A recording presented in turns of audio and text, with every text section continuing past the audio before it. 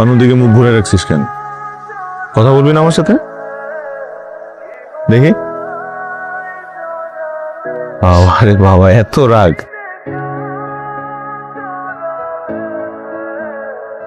আমার হাত কেটে যায়নি, আমি হাত কেটে ফেলেছি।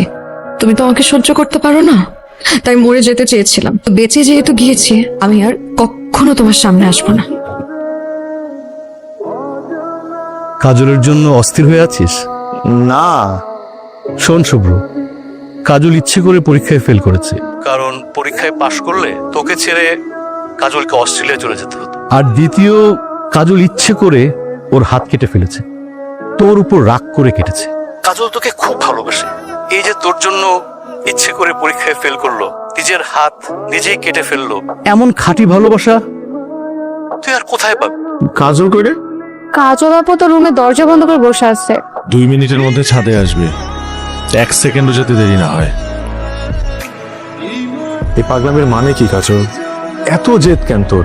ইচ্ছা করে পরীক্ষায় ফেল করছিস, হাত কাটছিস, এই পাগলামের মানে কি আমাকে বলবি? মেয়ে মানুষের ইমোশন কি বোঝো তুমি? আমি বুঝতে চাই না, তোর এই ধরনের ফালতু ইমোশন বুঝতে চাই না। হ্যাঁ ফালতু, তোমার জন্য সারাক্ষণ অস্থির থাকা, তোমাকে ছেড়ে যেতে না চাওয়া। কাজল বিশ্বাস কর, তোর এই পাগলামের কারণে আমাদের ফ্যামিলিতে একটা বড় সড়ো ঝামেলা হবে। হলে হোক, সমস্যা আমার সমস্যা নেই সবার সামনে বলতে যে আমি তোমাকে ভালোবাসি। তোর যা ইচ্ছা কর, তোর যা ইচ্ছা কর।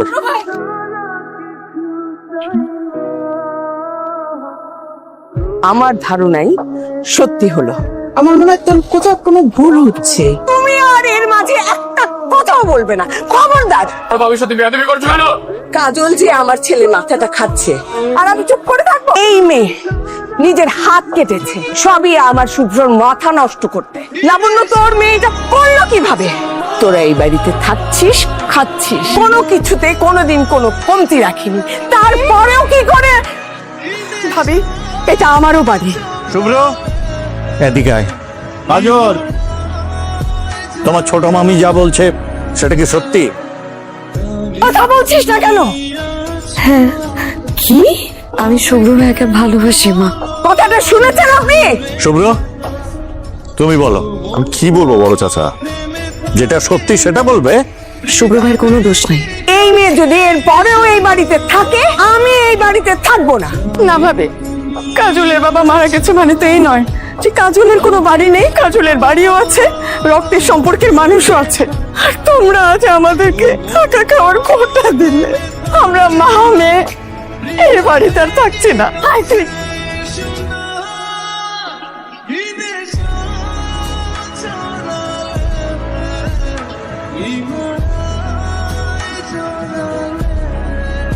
মানুষ যখন খুব কাছে থাকে তখন তার মূল্য বোঝা যায় না। কাজলই তোর সবচেয়ে বেশি আপন ছিল। অপু কেমন আছো? শুভ্র 2। কাজল আছে? কাজলকে একটু ডাকো না। কাজল কি দরকার? একটু ডাকো না প্লিজ। কাজল নাই, তুই চলে যা। অপু কেন মিথ্যা বলছো? আমি জাস্ট 2টা মিনিট ওর সাথে। কাজল, তুমি চলে যাও প্লিজ। আচ্ছা 2 দিনই পর করে দিলি? তুমি কোনোদিন আমার আপন ছিলে? আমি জোর করে বারবার চেষ্টা করে গেছি তোমাকে আপন করার। কাজল, আমি জাস্ট তোর সাথে 2টা মিনিট বললাম না, তুমি চলে যাও প্লিজ। এতটুকু না? সব শেষ, তুমি যাও প্লিজ। কাজল,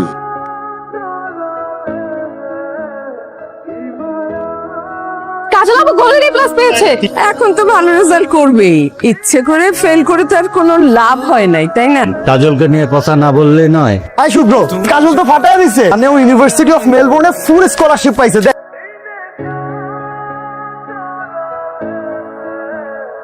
লাবণ্য মেয়েটার এভাবে বিয়ে দিবে আমাদের জানালো না।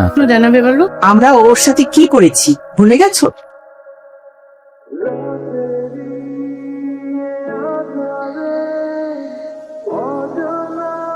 তোমরা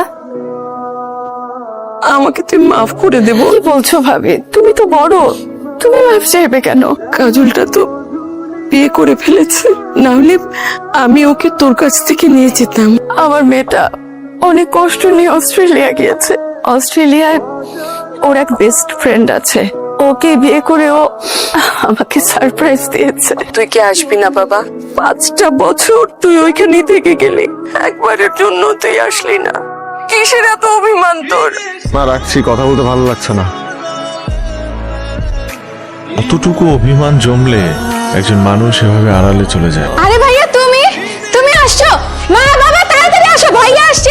আজ আমাদের অনেক খুশির দিন। অনেক বছর পর আমরা পুরো পরিবার এক হয়েছি। সবার মান অভিমান রাগ শেষ হলো, শুধু কাজলের হলো না, যে পুরো বাড়িটা মাতিয়ে রাখতো। যে আসবে না তাকে নিয়ে কথা বলো কেন তোমরা? ভুলে যাও না।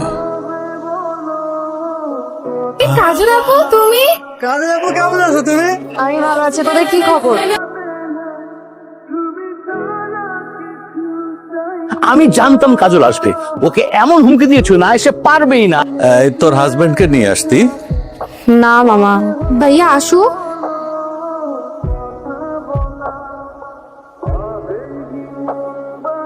কাজল, একটা মোমবাতি নিয়ে আয় তো। পুরোনো অভ্যাস এখনো ছাড়তে পারো নাই? এখন কাজল বলে দেখে ওঠো, তাই তো? সবই তো শেষ, এখনো আমাকে খোঁজো? শুনেছি অভিমান নিয়ে সিলেট চলে গিয়েছিলে, কিসের এত অভিমান তোর? কোনো অভিমান নেই, আমার কথা বাদ দাও না। তুমি কেমন আছো কাজল? তুমি তুমি আমাকে তুমি করে বলছো যে?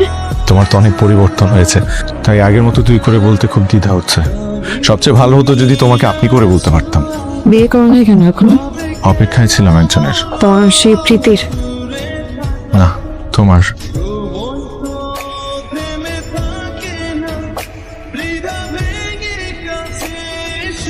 কাজল, একটা সত্য তোর জানা দরকার। কি সত্য? আমি একটা জিনিস খুঁজে পেয়েছিলাম, কি জিনিস হিমু ভাই? শুভ্র রুমে পেয়েছিলাম।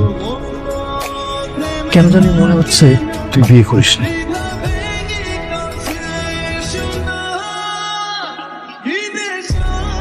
কাছে থাকতে তোর মূল্য বুঝিনি, কিন্তু তোকে হারিয়ে বুঝেছি তুই তাকালে থমকে যাবে আমার বুকের বাতাস, যদি তুই কাজল চোখে তাকাস।